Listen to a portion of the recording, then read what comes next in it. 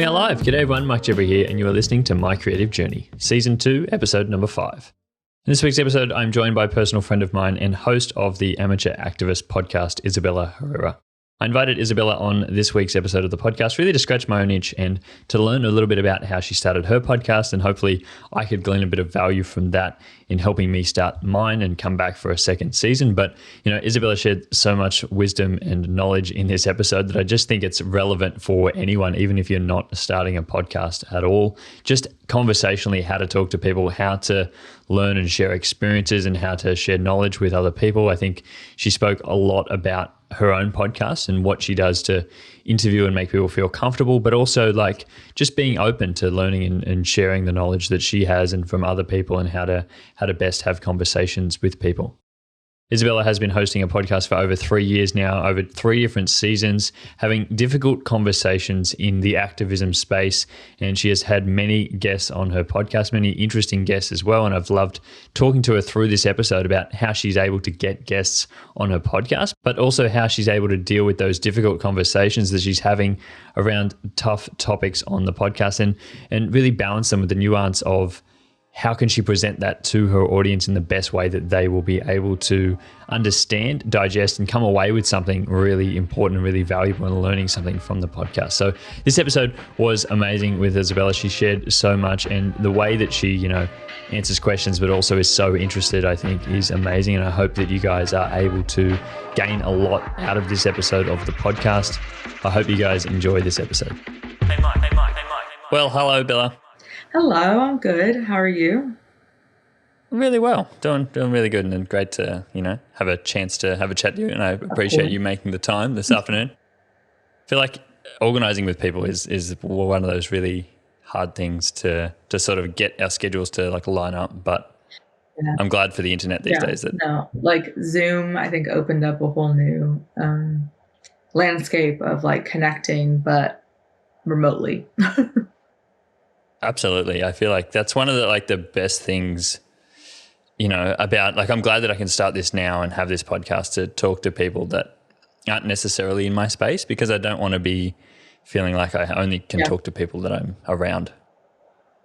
Well, speaking of, you are moving away in a week. How are you feeling? Do you want to give the people some context on where you're headed to? Because I think it's important context in terms of what we're going to be talking about today in you hosting a podcast. Well, I'm American, and I've been living in Australia for 6.5 years, I think, this month or last month. And I'm moving back to the States today, 10 days. I don't know when you're releasing this. I have already moved back, but I moved back in 10 days, which is crazy. I feel a lot more like I've accepted it as opposed to trying to fight it. But I don't think it's really settled in yet. I think I have my last day of work tomorrow, and I think that still hasn't settled in yet either. I feel like I'm just going to go on holiday and then come back to work. And so nothing really feels real yet. It's one of those things that feels so big that you're like, oh, surely I'll wake up and it'll be like, oh, that was a weird dream that I had about moving back to America. So I don't think it'll feel real until I'm on the flight, and then I'm like, oh, this is real. I'm here. It's hard to feel like the only time it'll feel real is after it's happened. Like you don't actually feel like it's hard to prepare for something like that. I remember feeling that way when I moved here 6.5 years ago at 18. It doesn't feel like I'm actually across the world or away from my family. And this time it feels kind of reverse, where I'm like, oh, it doesn't feel real that I'm leaving my friends and my job and the house that I've lived in, and to move back in with my family. I wanted to ask you, how long was it until, how long did you have the idea to start a podcast before you started it? Was that something that you were overthinking for a long time? The Amateur Activist is technically my second podcast. 2019, I started a podcast called Not Your Average. There wasn't any reason behind it. I think I just wanted to highlight how cool the people in my life were. And my brain went to, podcast. I want to be able to talk about how awesome these individual people are. And so the style of the podcast, or the format of the podcast, was like not your average photographer. And I would interview Mike Jeffrey and talk about how you came up as a photographer, and like basically it was just highlighting this person or these group of people. And then it like died off pretty quickly, because at what point do you like, there's no theme, there's no vision, there wasn't anything to it. And so it kind of just stopped. And I think with that one, there was no planning. It was just, I'm sitting with my friend chatting. I have a cheap microphone. I don't even think I had a microphone at that point. I think it was just like we were talking. But when we went into that stopped. And then I had the idea of the Amateur Activist podcast. And that started in May of 2021, maybe. And it was Mental Health Awareness Month in May. And I have diagnosed OCD and was talking about how stigmatized OCD was and still is, and was highlighting different mental health organizations online and organizations just in general. And I had two friends who reached out and were like, oh, I also have OCD. And I was like, oh, what are the chances? And so I had kind of put on Instagram, should we do like a Instagram live? Or do I record like a podcast style episode to talk about OCD and we'll just release it? And it was pretty unanimous. Everyone wanted a podcast episode.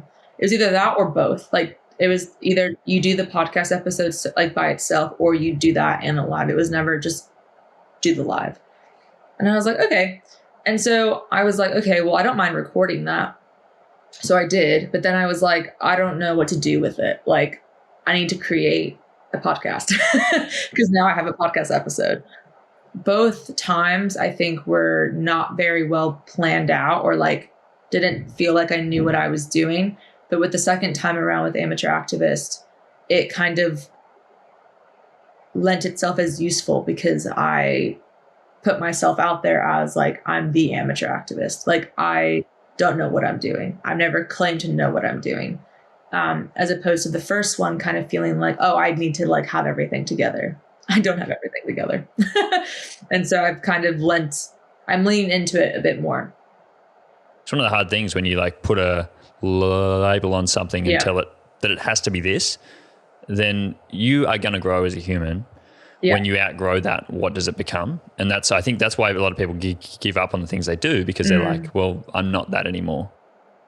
Interesting to hear that, it started out of just having a conversation and feeling like, well, I now have this and I have to have a podcast. I've always enjoyed like podcast styles, and I won't watch an Instagram live. I won't watch like a YouTube, like as much as I love I don't know who does it, but it's like the conversations with actors, like the round table. I love those, but I would prefer them if I could just listen to them. Like, I don't need to watch the video.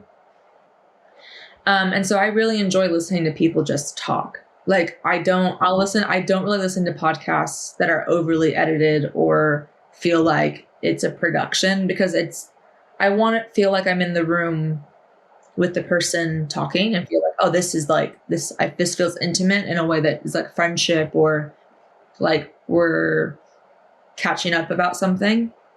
And so I kind of just formatted mine the way that I like to listen to podcasts. And so I don't enjoy a ton of intro music. I don't enjoy an intro, outro. Like, this is my podcast. Like, I just did it the way that I would want to listen to it, because I know that I skip that on every podcast that has it. I skip. So then why am I going to put in effort and energy and time editing and producing something that I know people will also probably skip? Like, which has been nice, because it doesn't feel like I have to be something that I'm not when it comes to like recording or producing content. Yeah. And I feel like that is the whole, I feel like that's the like beauty in having a podcast, right? Like it is a longer form, conversational. You can't Yeah. script an hour's worth of podcasting. Mm. It has to be real. Interesting to hear that you created it for you as well. Like a bit of like what you would like to hear. I think that's like for a lot of people. I always tell someone if they want to create something for you. Create where's the hole in the market that you see that you would like something and create that. And I had that moment after the first season of Amateur Activist. I was like, because it came from a demand that I felt like I was filling in my social circles and in my friend groups and the space that I was in at that time. But then after that first season, which lasted like a year and maybe a year and a half, and I had been removed and kind of moved out of that space, had different friends. There wasn't that demand from people.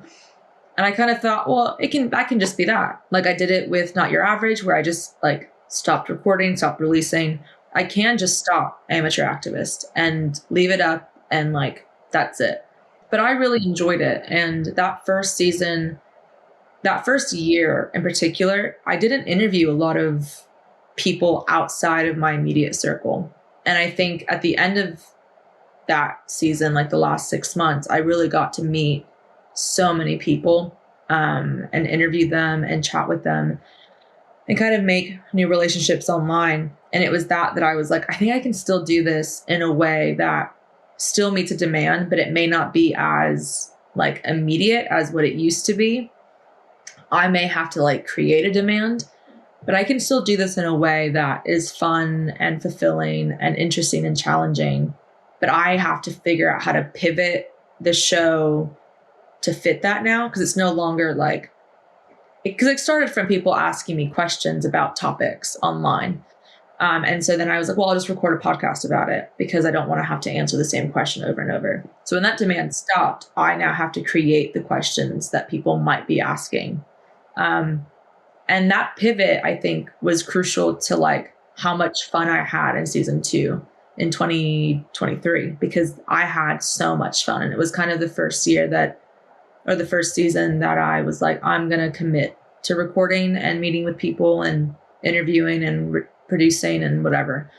And yeah, I met so many people and it was like, oh, this is fun. And I can have more fun doing this than I had like trying to answer people's questions about politics or social stuff. Was that then more rewarding for you to go into it with your own mindset of being like, I'm just interested and I want to ask these questions? I think the first season felt very much like the people in my circles wanted my opinion. And so, which I was happy to give as like a 21-year-old. I was like, I have all the opinions and I want to share them all. Yep. Yeah. As a 25-year-old, I got all the answers to the world at 21. I know nothing. I had this conversation with somebody like at the end of last year where I'm like, I'm much more willing to kind of be willing to say, oh, what I used to believe, I don't believe anymore, or was wrong, or whatever it is. I'm willing to say I've changed my beliefs. And 2, I'm willing to sit with people that I probably wouldn't have sat with when I was 21. And so I think last season, it was less about, here's my opinion about something, or here's my answer to your question, and more, I genuinely want to learn. Like I want to either learn a new perspective on something or meet someone that has a really niche area of knowledge or expertise that I can go, oh, I want to pick your brain on something. And most interviews end up being like, which I cut out because I don't think it's necessary, but it's like, I now have like, sorry, can I ask you a question? Because I personally want to know, and it may not be useful to the conversation itself, but I'm a learner. Like I love learning. And so it became much more fulfilling because it was like, oh, I don't have to pretend to know the answers. I don't have to figure out what I think about something that's normally quite big and multi-layered and complex. Like I don't have to figure out what I think about it now because it's probably going to change in another decade because I grew up and I've met different people and I've lived life a little bit more. And so the pressure to have to like have an answer kind of, I wouldn't say it's gone completely, but it definitely is like less present, because it's like, well, I'm just learning. I'm just asking questions. I wanted to talk about the like genre of your podcast, because I feel like doing it around activism and that type of stuff must be hard to open yourself up to be like, I don't know this, or be really comfortable to put what you do know out there if it's not something that's overly well informed. I'm sure that is, but in that process, educating other people, you're like, I'm going to open myself up here and be like, I don't know anything about this, to put it to someone else in the hopes that I'm going to educate other people. How did you start that? Because I don't think I could ever jump into something like that. Was that something that you grew with over time, or you just went into that sort of next season of the podcast and just said, look, I'm just going to ask anyone and we're just going to talk about anything?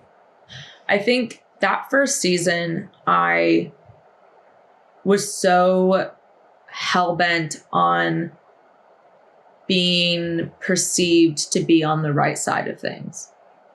And I wanted people to know or to think that I had the most progressive answer, or the most whatever answer, whatever it was. I wanted to make sure that people thought I was there. And so I wasn't really willing to be like, ooh, I don't know. And I think also for that first season, leading into a little bit the second season, I got a lot of feedback from people listening, and I had to sit and figure out, how do I do this without feeling really vulnerable? If you listen back to old episodes, very rarely is my opinion in the second season. Like, I am kind of strictly answering questions. I'm strictly asking questions, and those questions are being answered, because I've edited out all the parts where I'm like, oh, I think blah, blah, blah, blah, blah. Because I felt really vulnerable going, oh, this is what I believe. And having that kind of digital footprint out there for anyone to listen to, without, being considerate of the fact that it was 3 years ago and I was in my early 20s and I'm just a girl. Now though, and towards the end of second season, I was much more willing, and still am much more willing, to be like, oh, I don't know about that. Like, I don't know how I feel about that. I don't know where I sit with that. And I think the first time that I felt really like on the wrong side of things and felt really vulnerable just going into the interview was with Rabbi Mike, and kind of talking about anti-Semitic language and behavior within Christianity. Because as a Christian, I was like, I've read your book. I know that I am on the side of things that is like, everything you're about to say is going to be about me. And I was prepared to do that because I knew that that was the only way for me to kind of grow individually. But I knew that a lot of Christians were going to be listening to it going, oh, that's also me. And if Isabella can sit and kind of take it, then maybe we can as well. But I think it's a lot of it is growing up, and a lot of it is being more comfortable saying, I don't know. Whereas like, I'm really into the Enneagram, but like, I'm an Enneagram 5, and we feel like knowledge is our kind of, we hoard knowledge. And if being able to say, I don't know, or I don't have the answer to that, is almost like equivalent to saying, I am not useful. Like, I have nothing to give you. And it's a really vulnerable thing to kind of come to terms with. And coming to terms with like, oh, me knowing something isn't all that I bring to a space or to a relationship or whatever. And so a lot of it was like just growing up and being comfortable, like, oh, I actually, like, it doesn't matter that I don't know anything. But the activist space, I've had to also like, because I've been watching for so many years, and the advocacy space it's not always, it can be really like, I don't know if the right word is toxic, but it just, I've had to fight so hard, and just individually, to like not let myself get sucked into it and some of the unhealthy behaviors and the unhealthy mindsets, which then informs how I structure the podcast and how I. I mean, it's hard in this space. I feel like we're today, like, I don't want to downplay what you do, but even in like my space, if I say something that disagrees with someone else's opinion that they hold of how you have to do things, they're like, well, I'm never hearing an opinion from you ever again because I now don't believe in you. it happens all the time when people are like, I'm not into your work anymore because you said this one thing about this one particular thing. I'm like, okay, cool. Like, I'm not trying to tell people how to do things. I'm just trying to provide information on, all different aspects of, there are more than one way you can go about things. And as you said, there's more than one way you can analyze something, between someone's like a lived experience and the evidence that we have of how it's impacted other people as well. How do you walk that sort of like line? Like, the podcast is very small. And it's not my source of income. And so I have the privilege and the ability to go, I don't care. Like, I don't make episodes for people. I make them for me. And if I could, I would sit down with these people, like the guests I've had, and not record them. Like, I would just sit and chat. It's really hard. Like, again, I say, I kind of use having a podcast to my advantage, because I don't think any of these people would have sat down with me over FaceTime if I had just DM'd them or emailed them and said, hey, I really just wanted to chat. Can we call sometime and have a 2-hour conversation? It's nice that, like, I can say, oh, I host this podcast, blah, blah, blah, blah. And so if I could, I would just be having these chats with people anyways. I feel like right now, everything I see on social media regarding podcasts or like YouTube channels, everything is clickbait. Everything normally is clickbait. It like has skyrocketed recently. And I'm like, it just has never been my vibe. And maybe it's like the thing that's holding me back from like hitting podcast stardom. I just cannot be bothered. Like, it doesn't allure me into a podcast episode personally. Like, if I watch a podcast clip that I know for sure is just heavily edited to seem controversial or whatever, I just am like, I can't be bothered. I normally look up podcasts like by topic or by guest, and that's how I listen. So, not saying that that's everyone, but again, going back to, I make them the way that I want to listen to them. I like, when it comes to the actual logistics of descriptions, whatever, editing, I do it based off how I would want to listen to it. It doesn't need to be clickbaity. I don't need to put in all this effort to like draw you in. It's hard because you have to kind of play that game if you do want to be successful in anything. But I do tend to agree with you that it has gone too far at the moment, where people are just trying to hook anyone in on anything, even on things that aren't interesting, or, like, just because they feel like they have to continue on. Where do the ideas come for episodes of who you want to reach out to? And I have a list, like a massive list, of topics or like dream guests. Like, oh, I would love to talk to so-and-so. As if. I mean, I've reached out to them. Like, for instance, Barack Obama's on that list. I email him every 6 months. You'll be the first to know, okay? You'll be the first to know. But normally it's just topics. I really want to have a conversation about like gun reform, because I don't understand how, as an American, this is still up for debate. Never recorded it, but I was like, that's something that I'm like, at some point would love to record an episode on, because I want it to be structured in a way that's from both sides. So I want to understand people's perspectives on it. I like whatever. And so a lot of my episodes are like gun safety, domestic violence in Australia, refugees in Australia. I ended up doing the anti-Semitism in Christianity. It was certain authors that I've read that I'm like, oh, I would love to talk about like your book. Because I was reading, especially in 2021, 2022, a lot of nonfiction. So I would read a book and I'd go, I want to talk to you about your book. That's pretty much it. And then I just reach out to them. I either find their Instagram and I DM them, or I email them. And I would say, like, I've probably, like, people say no. I think I've only had like 5 people just not respond. Most people are like, oh, I'm not really doing podcast interviews right now. Or, sorry, it's not really something that I want to, like, this style, like the podcast theme, activism, something that I want to be aligned with, which is so fine. Like, all good. Anyways, loved your book, or I loved whatever. I love you as a person. Have a good day.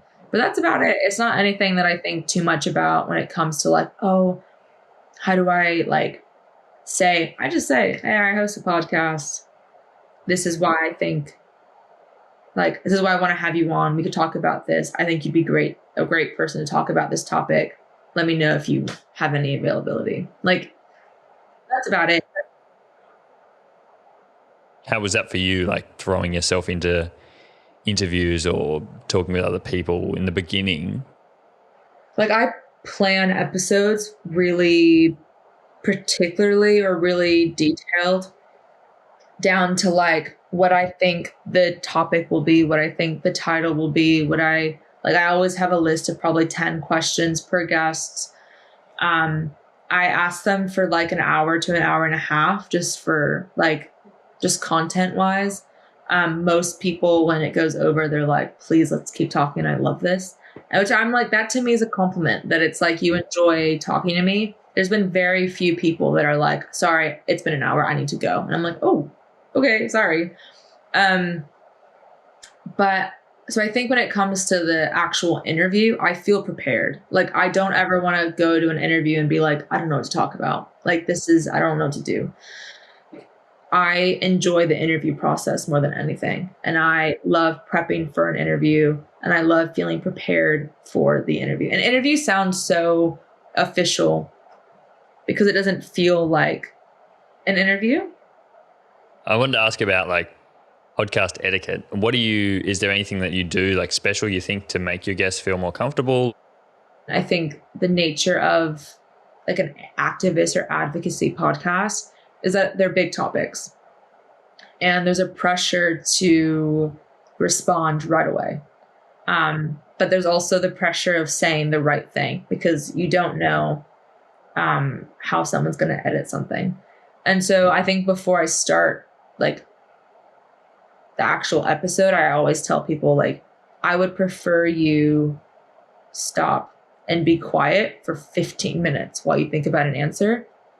And so I tell people like, feel free to think. I'm like, I'll think about my question. And so I think I start and I create that kind of space by when I'm like, I don't know how to ask this question. Give me a second. And I'll sit in like complete silence and just go,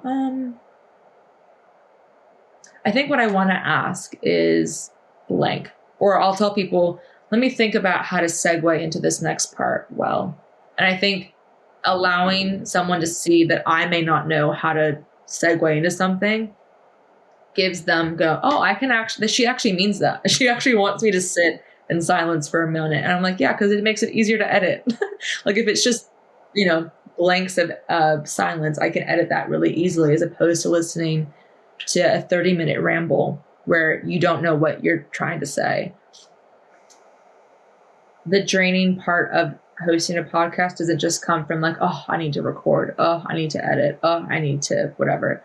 The advocacy and activism space is emotionally draining. Like, so which has happened this season, like in the third season, in my personal life, have not been engaging with advocacy or activism. I have had other things happening in my life and it's not a priority right now. And I'm the first one to admit that. Like, and that's not a good or bad thing. It's just the reality. And the other reality is that life and the world, like bad things don't stop happening just because I decide I tap out.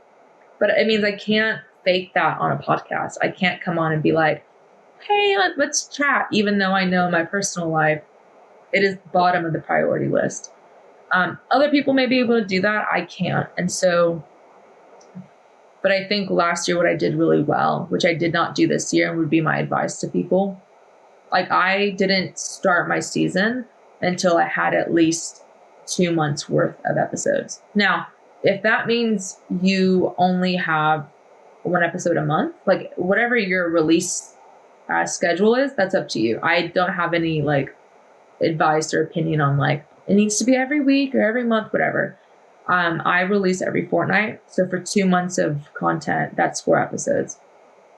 And it gave me enough breathing space. I didn't feel pressure to put out shitty content. Because I think there was a period of time where, and maybe it still is. Again, I'm no expert, I'm an amateur. There was a period of time where the kind of rule was quantity over quality, like just put content out there, like constantly. And maybe that's still the rule. I don't know.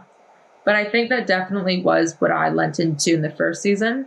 And I think last season, because I was just like, no, I want to put quality conversations out there. I want to put topics that I actually stand behind and not just go, well, I need content, let me do a solo episode. I actually wanted to put something forward that was, I thought, worth something. I had decided I'm not going to start my season until I have 2 months of content out, of content pre-recorded, pre-produced, ready to just go live the minute the date hits. And I think that saved me so much stress. It saved me so much like backpedaling. It also meant I was consistent, because that meant I had 2 months of content, that 2 months of the first part of the season that I could then keep booking guests and keep recording. That then meant it was 2 months in the future. Being sustainable is the most important thing. Like if you can't sustain it, then there's no point. Like you can have a podcast where you're just having a chat with your friend, but if it only lasts 3 weeks, then there's no point. And again, to your point of saying have something pre-recorded, it then takes away. That is like have it planned for a couple of months, and then takes away that stress. Of that as well, because there's no point having an episode every week that comes out if it only lasts for 3 weeks through, like a month or 2 months, and then all of a sudden you're like, wow, I've got to slow down, because then you've already prepped your audience for that. Yeah. Recording is fun. Editing and producing and all of that, I hate. I hate. And so if I can do that ahead of time, then I'm like, oh, it's actually not that bad. What's not very nice is doing it the night before, which I have done. And I'm like, oh, this is so much easier if I had a team of people, but I don't. So it's just me solo doing it. But yeah, that would be nice. And I'm now at a stage where I can just hand it over to my editor to edit this episode. And I'm like, at least I don't have to, that's one less stress that helps to go through and continue on, because it is hard, like if you're going to think about an episode all the time, and often you're not pre-planned and you are editing up until, because I have done that before, like right up until I'm like, oh, I've got to get an episode out on like Tuesday and it's Tuesday afternoon and I haven't, I either hang on till Tuesday next week or I have it out tomorrow. I don't know, who cares? And then it just all is a big spiral. So I definitely agree with it being planned option. Yeah. Well, as much as I'd love to keep having this conversation, and where can people find your podcast, Bella, if any of the things that you talked about were of interest to them and they would love to go and check it out? Please let them know where they can find it. It's pretty much anywhere you listen to podcasts. It's on Spotify and like Apple Podcasts mainly. But again, it's pretty much anywhere, available anywhere. It's called The Amateur Activist. Well, thank you so much for having a chat today, Bella. I will leave, all your information underneath, and hopefully, we can come back and have another episode, because I have a lot more questions that I could have asked. So that's open. Yeah, cool. Lovely. Yeah, I'll be back. Thanks, Bella. Thanks, Mike. Appreciate it. Well, that is the end of today's episode. I really hope you enjoyed listening to this conversation half as much as I enjoyed having it. If you did enjoy today's episode, I would really appreciate it if you did leave us a 5-star review on Apple Podcasts or a 5-star rating on Spotify. Or if you're watching over on YouTube, give us a thumbs up and leave us a comment down below to let us know that you did enjoy this episode. Also, feel free to share this episode on Instagram and tag me at Mike Jeffrey Photography so I can reshare them on my stories. And also message me and let me know who you would love to hear on an upcoming episode of this podcast. I've always tried my best to be able to have conversations with people who are in the creative space and people that I think would be a good fit on this podcast. And I would love your input as well. In a very privileged position at the moment where, I'm able to reach out to people and have them on my podcast and have really interesting conversations with a whole range of people in the creative space and talk about their creative journey. So if there is anyone you would love to hear from, please let me know and I will do my best to try to get them on the podcast. At this time, I would also like to acknowledge the first creatives of the land on which I am recording today, Aboriginal and Torres Strait Islander people of so-called Australia. As we tell stories of today, I just want to reflect on how First Nations people here and across the globe have guided and informed our understanding of the creative journey. But until next week, friends, have a lovely week, and I will speak to you all again next Monday. Bye. Editing and post-production on this episode was done by Mossy Media, and music was created by JWPATON.